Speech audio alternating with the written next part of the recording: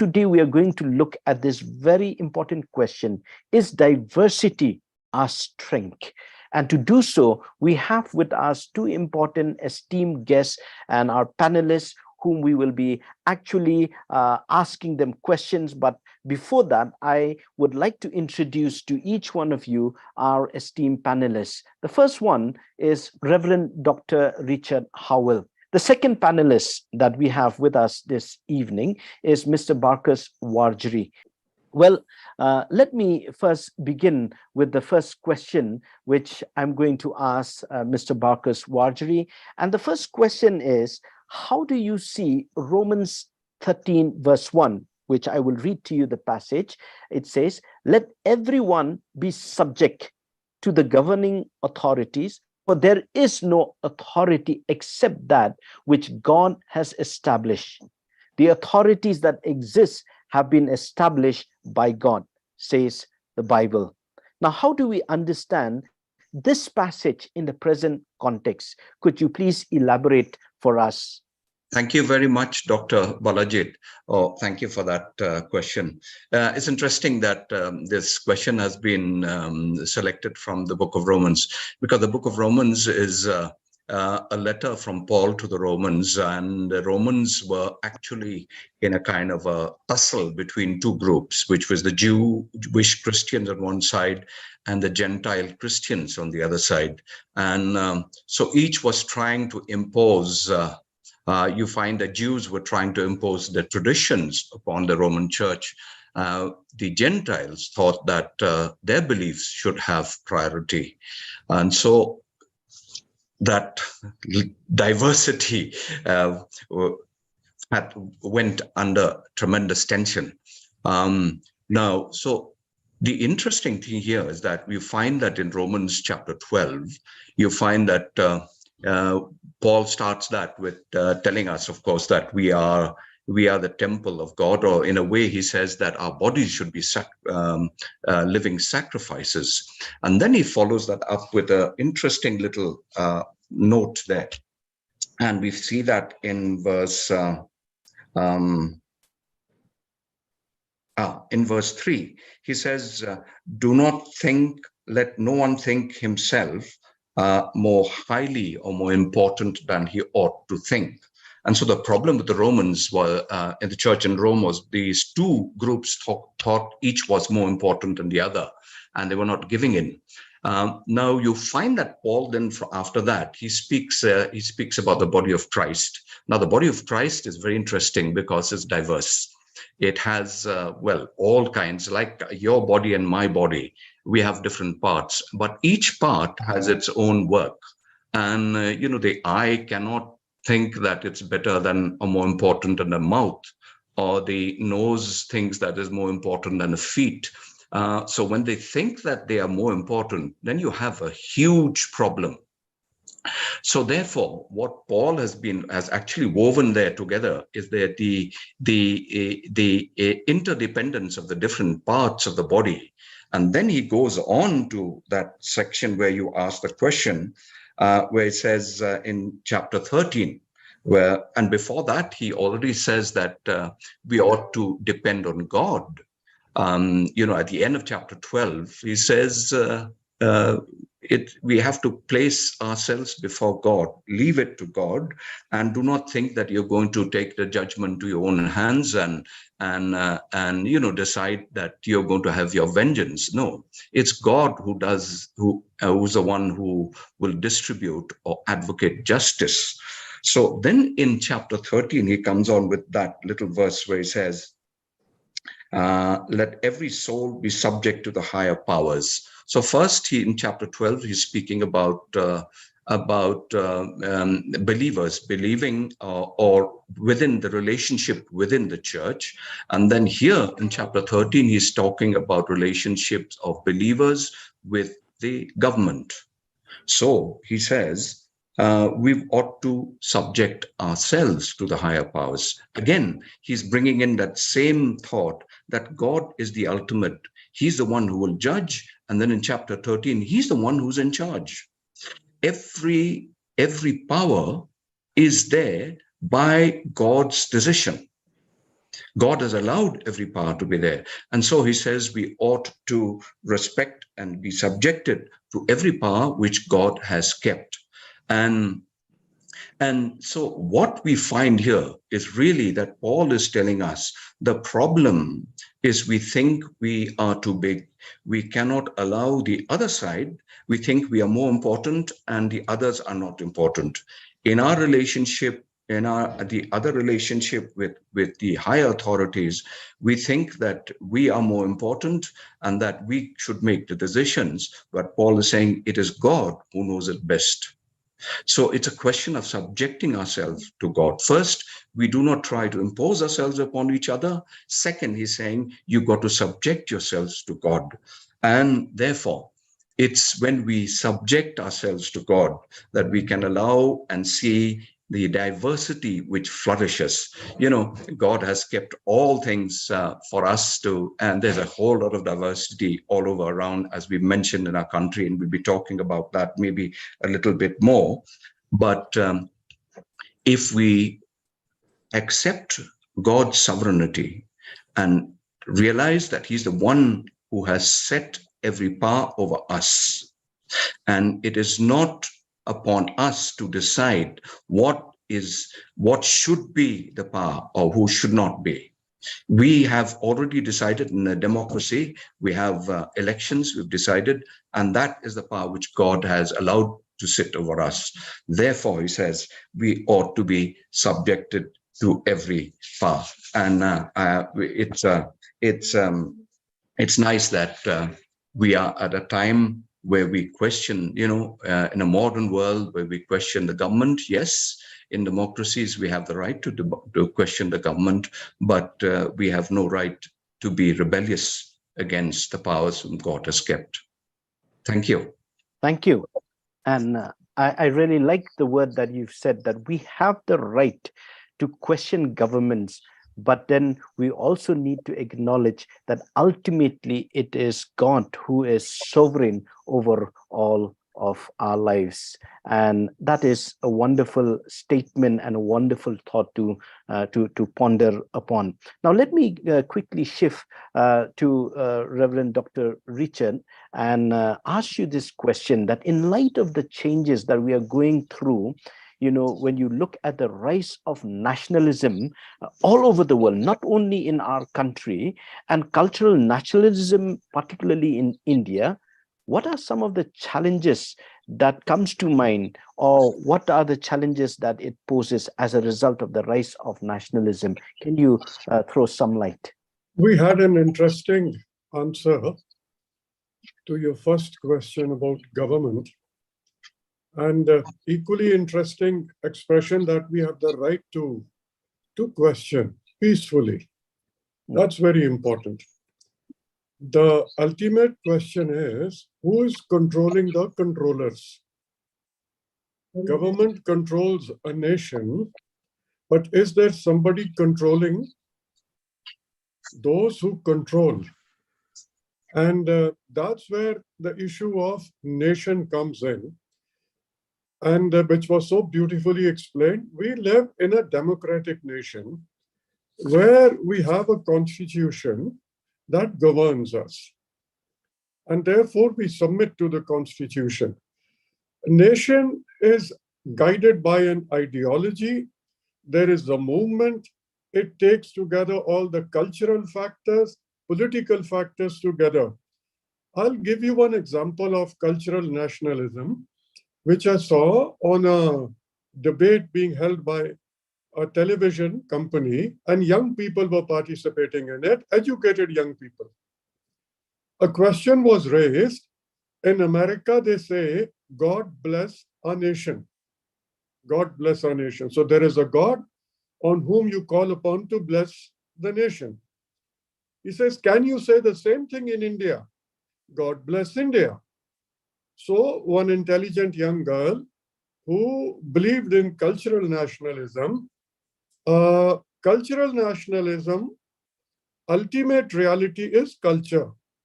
There is no God above.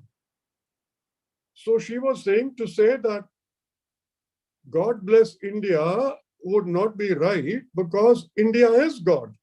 A culture is God. There is no transcendental power to whom you can appeal. So culture becomes God in that sense, a culture that is given. You were mentioning about 5,000-year-old.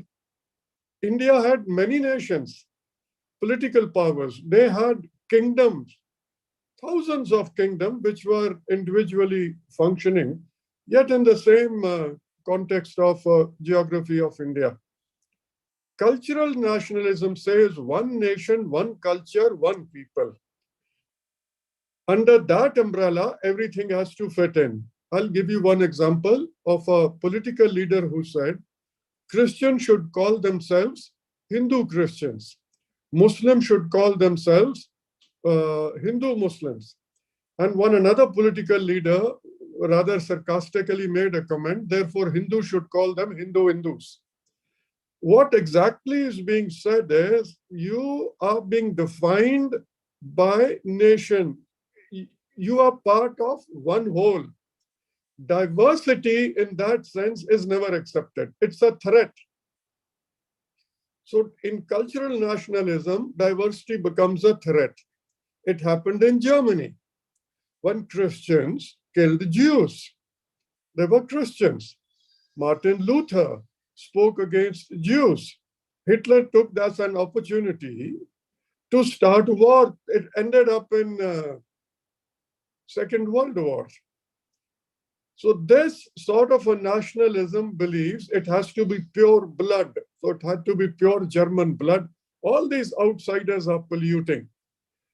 You are not part of a culture if you do not give in to the cultural norms established by the majority community. In this sense, it's a caste system, varnashma dharma, that defines where you fit.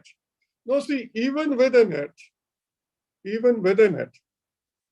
you have a high caste, then the other caste, and then the low caste, the Shudras, and then the outcast. They don't even fit within the caste system.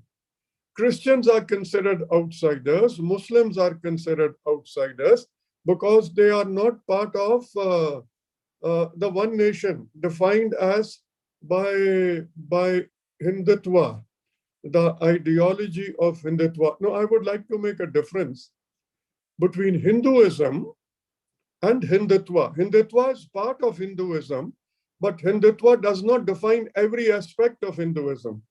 Hinduism does believe in diversity. Now, these diversities could become obsolete or become permanent. We have had movements of reform.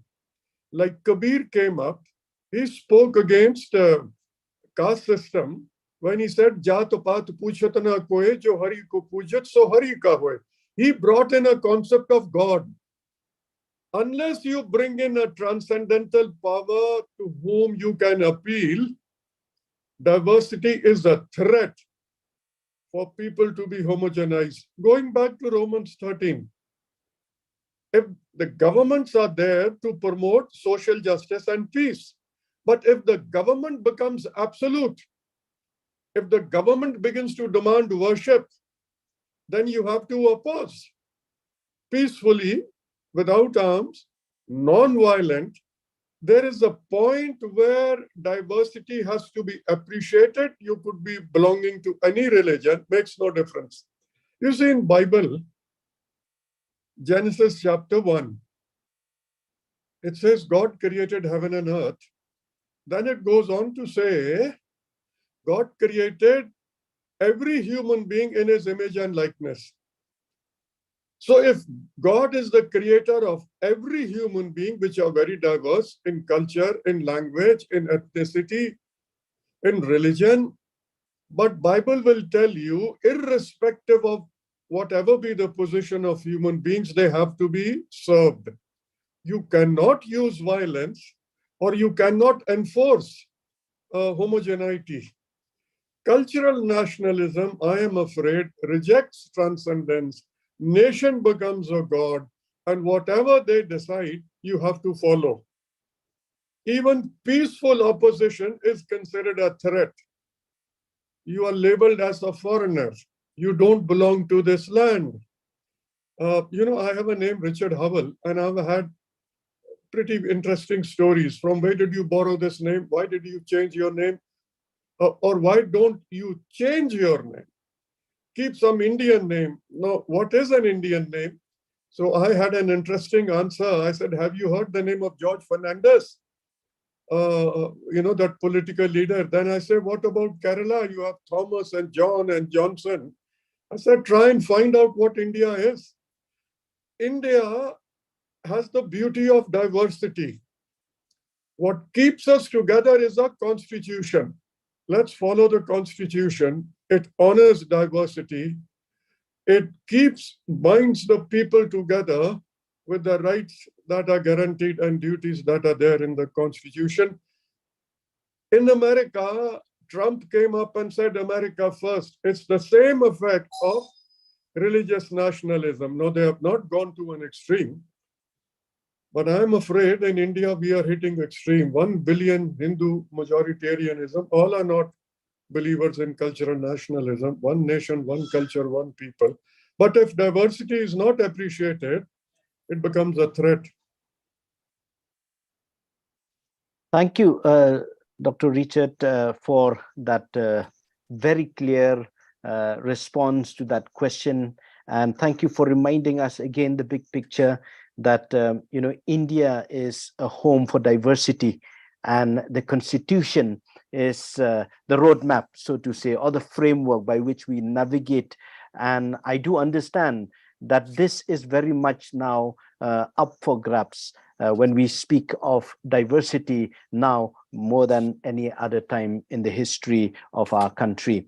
But now moving on from there to reality. But before I get to that, I'll be asking a question to Mr. Barkas again about Manipur. But before I come to that, I do realize that there are people who are joining us and who may have questions. And I would encourage you to kindly, if you have your questions and you want to add, you have your questions with regard to this theme of is diversity our strength? So I would encourage you to type in your question on the chat box. I will be picking it up from the chat box. So now let me come to this question. And the question is with regard to what is going on in Manipur. And we realize that in light of all that we've been talking about, whether it is the right to question our government or it is the right of acknowledging that God is ultimately sovereign over our lives, and then coming to what we've heard from Dr. Richard, especially about nationalism, and we look at India, a diversity that is being questioned, tried, and attacked from different angles, and then the Constitution is there. Now, in light of all of these important thoughts that you've shared, I would like to ask Mr. Barkas this question. Looking at the situation in Manipur and the apparent complexity that we see, the question we often raise is, where is God in all of this? Now, what would be your response? And I realize that you've been there and you know better than anyone, especially that you've been in service there as well. So your thoughts, please, on that question. And if you can keep it brief as well. Yeah. So that we can take more questions. Yeah, thank you. Yeah, thank you very much. I think just to continue from what we've been saying is that India is such a diverse country, but it's important for us to understand that it is not uniform, and its uniformity is not necessarily unity. So we need to get that and to understand also that diversity doesn't mean fragmentism. It doesn't mean fragmentation of the country. So the whole world is diverse. And as Dr. Richard mentioned just now, right from Genesis, God has created all things so differently.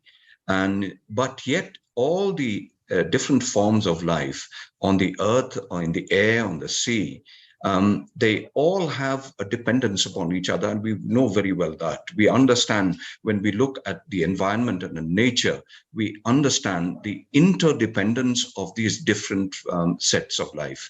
Now, that in the New Testament is reflected in what I said earlier, is that the church is shown as the body of the human being, and each part is interdependent upon each other. Each part is not more important than another, but when all these parts work together and they work together in cohesion, you find the body, the human body, is healthy. And so the church also works in cohesion. Very much the corporate body of the human beings, or our country, should work in a similar way. We recognize each other's differences. We recognize the variety in the country. Our country has so many religions. We've got Hindus, we have Muslims, Christians, Jains, Sikhs, and so on. It has so many languages. There's a huge lot of languages. We've got so many racial groups here. And all the three main racial groups in the world, the Negrito, the Caucasoid, and the Mongoloid, all represented here. So we have different cultures in our country. If each one culture, one language, or one race thinks it is more important than the other, then you have a problem. Then the body, the human body, doesn't work well, because one part is pulling at the other part. But when each part recognizes that each other part has a part to play and is responsible also in its own way, then the body is functioning. It's the same with the country. We have such a whole variety. And when we talk about the Northeast India itself is so diverse. And when we look at Manipur, I've been in Manipur for so many years, and I recognize that there's a whole lot of diversity in Manipur. There are 29 recognized tribes there. And besides the recognized tribes, you have the others, which is the Meitei, the majority, who are not among the recognized tribes. You have the Muslim groups there, who are not among the recognized tribes. The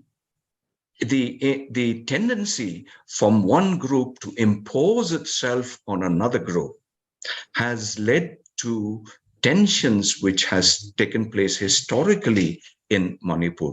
Manipur has been full of tensions among the different groups. And so today you have the case of one group perhaps, or two, trying to impose themselves on the other.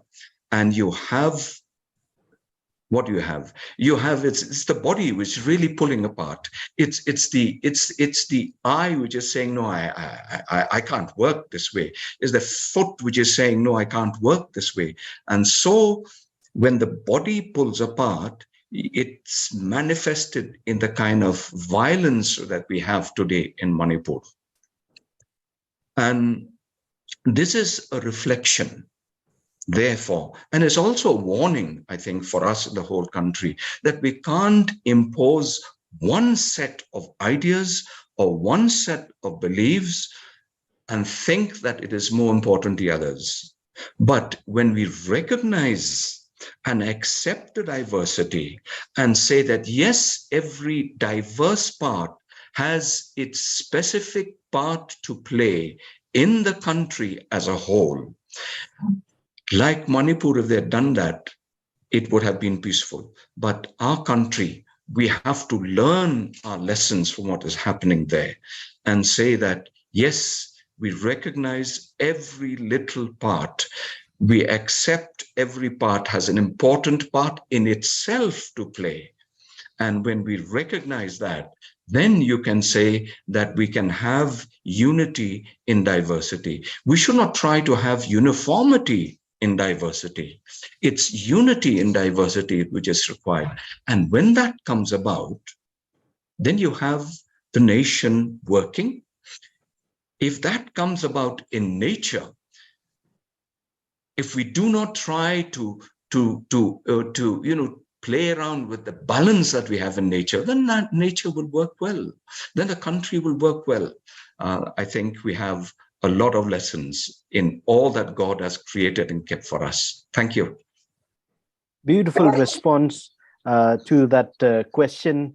And I think the takeaway from that quick response is that unity is best understood not in light of, unity is not uniformity. Unity is best understood in light of the diversity.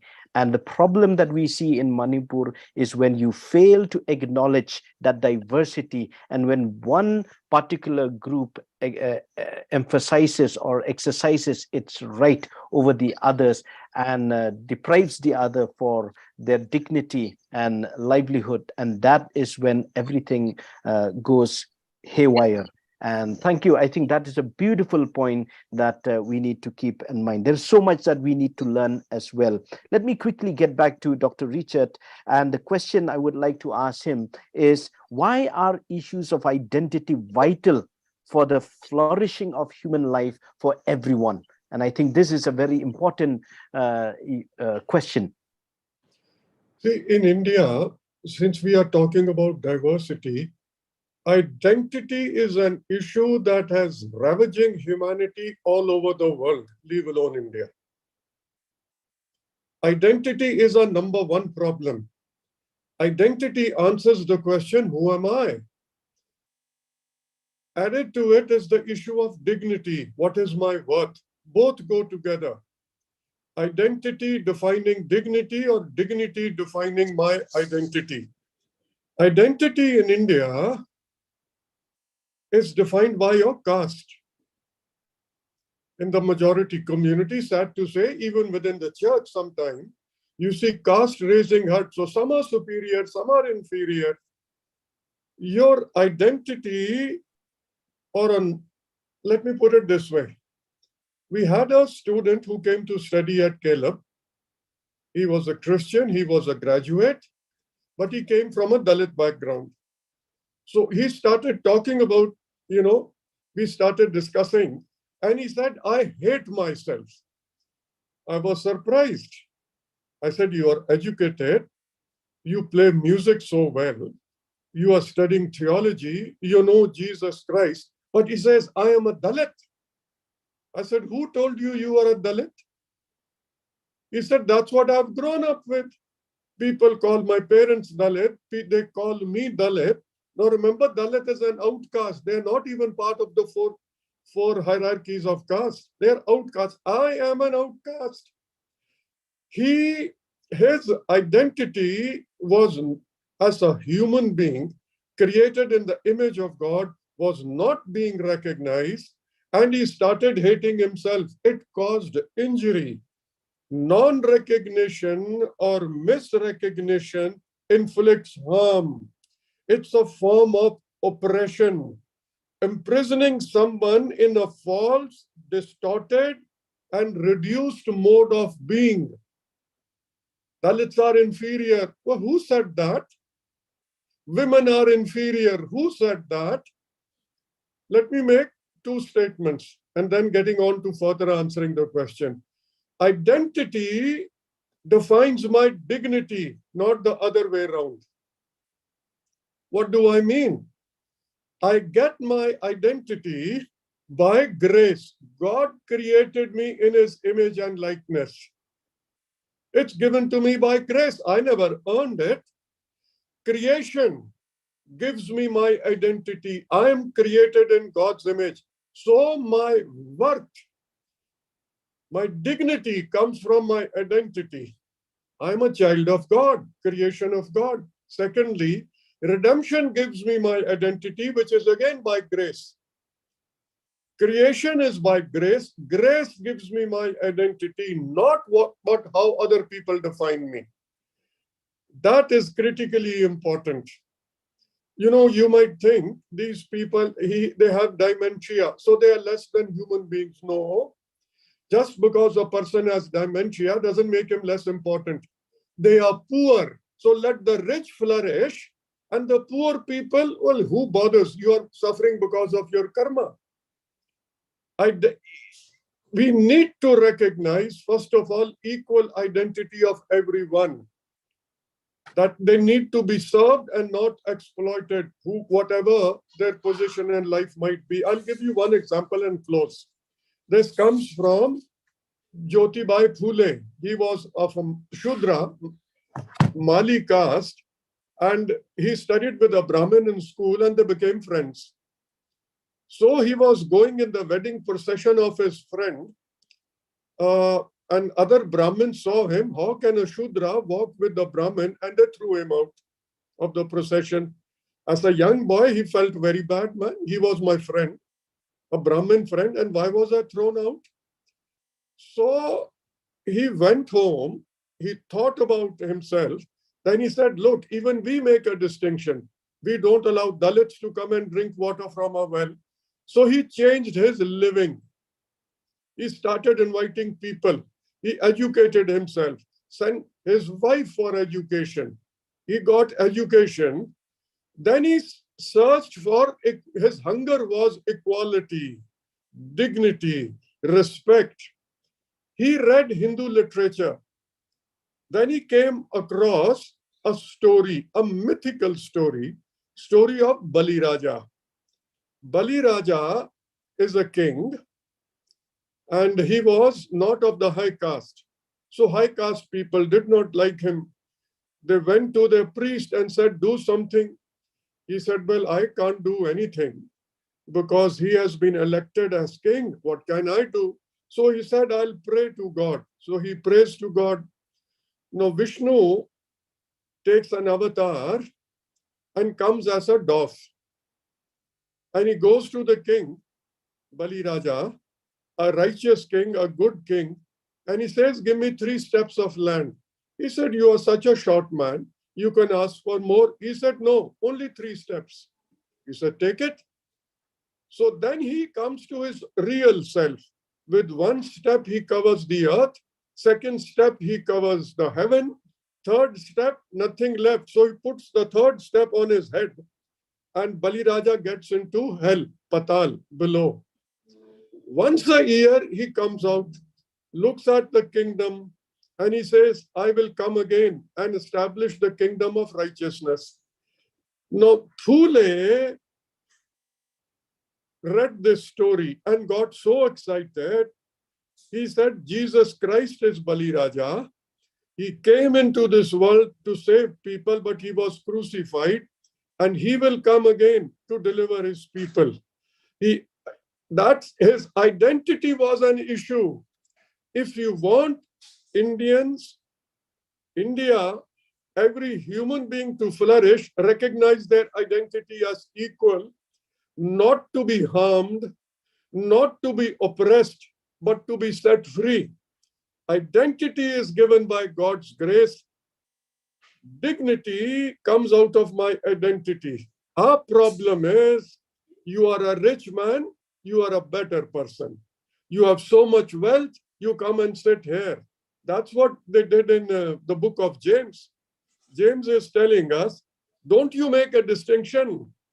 When the rich fellow comes, you make him sit in the front seat. The poor says, okay, you can stand behind. Jesus was called the friend of tax collectors and sinners. Why? Because the Jews said, well, God is for special people only. He says, no.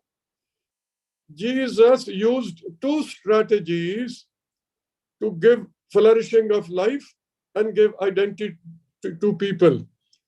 He renamed that which was called impure, he called pure. See, the problem with nationalism is your blood should be pure. So you are an impure person. In caste, the high caste are pure, the low caste are impure. Jesus said all are pure. Whom God has created is pure. A lady with the flow of blood, Jesus said you are pure. Foods were considered impure. Jesus said you are pure. Foods are pure. Renaming. So this student in Caleb, when he realized he's a child of God, and I will not allow somebody else to define who I am. Our problem is we accept the definition by others. Never accept the definition by others. God defines me. I am a child of God, created in the image and likeness of God. Tribals are not inferior to people living in the plains, or white people are not superior to the black. Imagine a world of equality that Bible gives. Only if we recognize the identity of the other person as equal, only then you will work for the flourishing of life of others.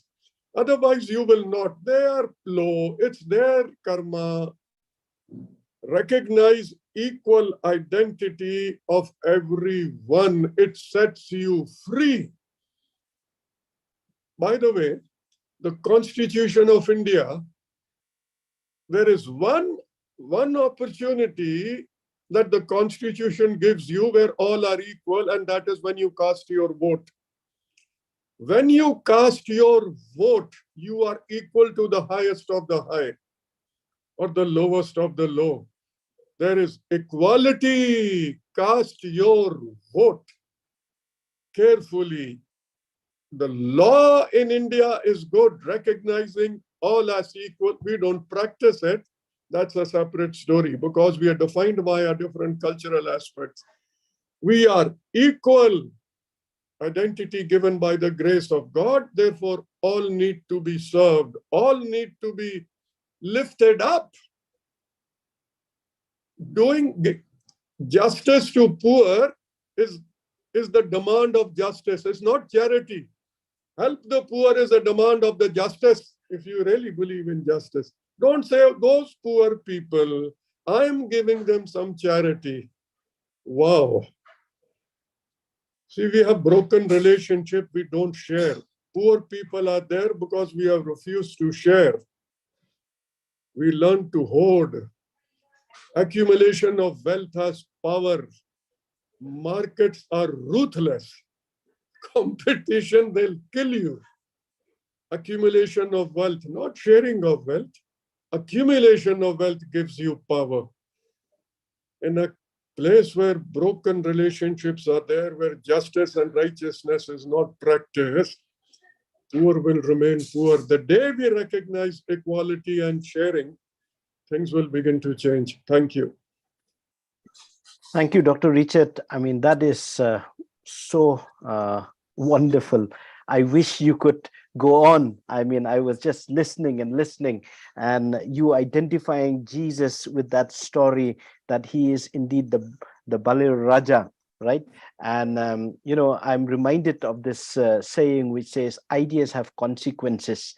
And the idea that the Bible lays down is the only idea that I believe that you have laid down for us this evening, that has in it the seeds that can really usher in that culture of equality that nobody else can offer. And I think this is at the heart of what we are going through even as a nation, right? The question of identity, the question of dignity, the question of God through the very person of Christ, giving us that very identity only if we are willing to embrace it. Let me quickly move on. There will be time for all the participants to ask their questions. Some of it are already pouring in. We just have another few questions and we will be through. But let me take it from where you have left, Dr. Richard, with regard to the identity that Christ gives. And so the question I would like to ask Mr. Barkas Wajri is, can you share with us the role of Christians, those who have received Christ and their identity is rooted in the person of Christ? So what is the role of Christians in modern India and their experience from diverse cultures? So what is your response very quickly? Yeah, thank you very much. I'll follow on from what we've been hearing. And yes, as we've said, we have diverse cultures here. And what is the role of Christians? I think from what I've said, I've really touched on the role of Christians, but not directly. But what we have is, I think, firstly, the role of Christians is, as Paul says in that verse which I read from Romans 12, you should not be thinking of yourself more highly than you ought to think. And that, in that little line of phrase there, part of that verse, what I read is the respect that we need to have for others. Respect is something which we may not be talking much about, but really, it's when you read Jesus also, and you read the Gospels, and you find that what he's saying, he may not be saying respect, the word respect, but he's telling us that we ought to respect each other. We've got to respect people. And that, I think, is a principle which we need to understand, to respect each other's cultures. And in modern India, the problem can arise if we do not respect each other's culture, if we think that we are more important than the other. Um, if we respect, then we will be able to really enforce that equality. Yeah, just now Dr. Howell spoke about equality also, and if you say that all of us are equal, in fact we are equal when we vote. But if that equality has to be part and parcel of our thought system, so that we have to come to the point and say, yes, we are equal, and because we are equal, we respect each other. We respect each other's cultures. We respect each other's languages. We respect each other's religions, and we will not impose ourselves on each other. That, I think, is a very important part of our modern India. It's important for us to build this country on respect, and when we do that, I think we can look forward to a modern India, an India where everyone is respected. Well, we are respected while each other we respect, because each one is made in the image of God, as we heard just now. So we respect each other. And when we respect each other, I think we can start building. We can consider each other important enough. Thank you. Thank you. Thank you. That is really wonderful. And I think the key is that we need to respect and we need to actually agree in order to disagree as well. So that would be the ambience and the environment of coexistence, and respect is the key important word. Let me quickly get to the last question that I want to actually ask Dr. Richard Howell, and then we will come to the questions from the participants for this evening. And so the question is, why it's necessary to uphold the rights and duties as citizens of India? Why is it necessary to uphold the rights and duties as citizens of India? The most precious thing, let me say, I love India. I'm proud to say I belong to India, the nation of India, where I was born, a nation that has given me a lot. And what's the most precious thing in India for me is my constitution. Every human being is recognized as equal in the constitution. It is not my culture, it is not my religion, it is not anything else except as a citizen of this country, I have equal right and I have equal duties. That needs to be taught. I think there is a fear that has been created, a false fear. India will become a Hindu nation. Well, if I understand constitution right, that's not a possibility. Constitution has been so framed, it protects every citizen of India. Now, India is a secular nation. A secularism is differently defined than in the West. The secularism of India is state will not give priority to any one religion. In the eyes of the state, all religions are equal. You cannot promote one religion over against another. Constitution does not allow you to do that. So therefore, the rights and the privileges given to me in the Constitution of free speech, gathering of people were without arms. You know, in UP and many other places, Christians are not allowed to come together. They are sent home. No, no, you can't gather. Why can't you gather? Constitution allows me the liberty to come together to pray without arms. They say, no, you can't get together. No, that is unconstitutional. Methods are being employed. Therefore, in such a scenario, it is important we become the voice of the voiceless. I see, we don't get excited and involved till it begins to hurt me. While it is hurting others, it doesn't hurt me, I am okay. So Manipur should hurt us. They are human beings like us. Anything happening in the corner of Africa or America or Germany should hurt us. We are a global village. But within this village, I have my nation, India, which, we define it, we the people of India. Therefore, we need to know the Constitution of India, know our rights and duties and privileges, the Constitution that gives us, and live it out. There needs to be a separate session someday. My friend, Nongran, just talking about the Constitution of India. Very few of us know the privileges we have of being a citizen. I remember looking at a debate again on NDTV long time back. This was a proponent of Hindutva and a gentleman who spoke on behalf of the Constitution. He really got excited, loud voice.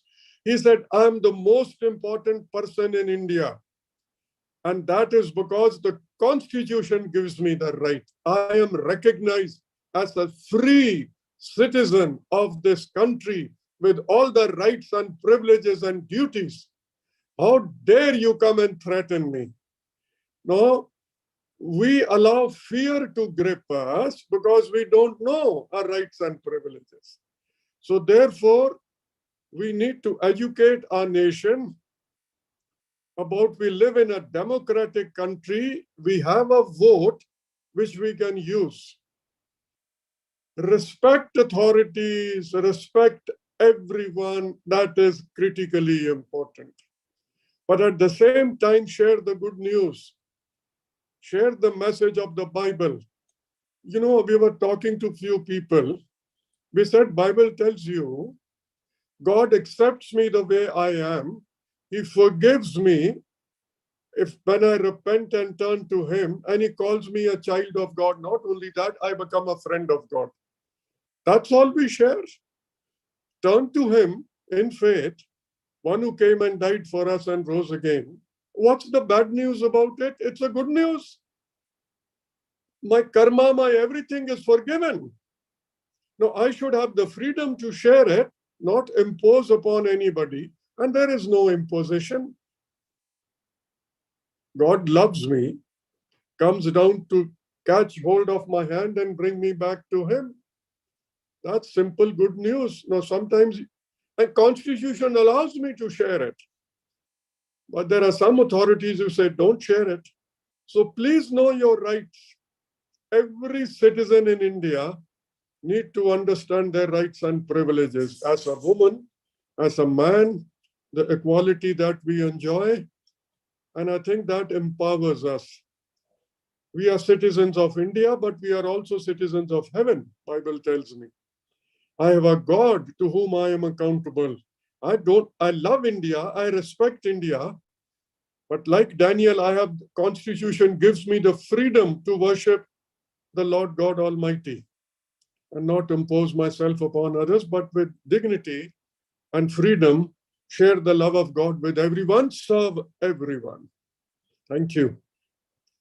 Thank you for that beautiful explanation with regard to the role of a citizen and why it is important. And thank you for sharing that, we need to share this good news. It is not the bad news. It is a good news that will liberate people from the bondages. And I think that, as we've just mentioned, that, ideas have consequences. I think what is preventing us from really living an emancipated life is because of the ideas that we have allowed to influence us in a wrong way. And I think you're right. We will definitely have more sessions to know what are our rights from the Constitution point of view, and that we are not only citizens of heaven, but we are rightfully citizens of this beautiful nation of ours called India. So once again, a big thank you to both of you, and to all of you also who have taken your time this evening to just join us. And we pray and we ask that God would bless all of you. And so have a great evening ahead, and may God bless you. Thank you again.